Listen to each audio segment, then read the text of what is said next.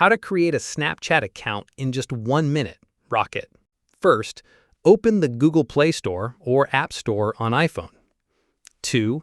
In the search bar, type Snapchat. 3. When the app appears, tap Install. 4. Once installed, tap Open to launch Snapchat. Now let's create your account. 5. Tap Sign Up and then tap Continue.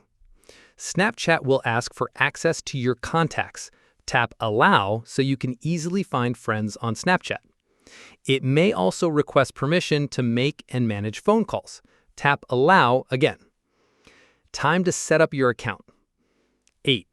Enter your name, then tap Agree and Continue. 9. Enter your date of birth and tap Continue.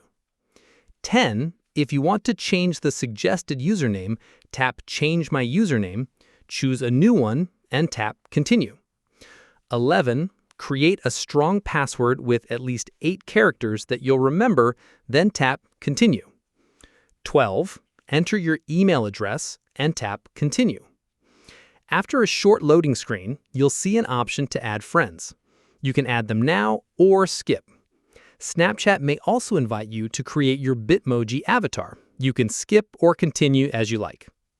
Finally, enable the necessary permissions to make the most of Snapchat.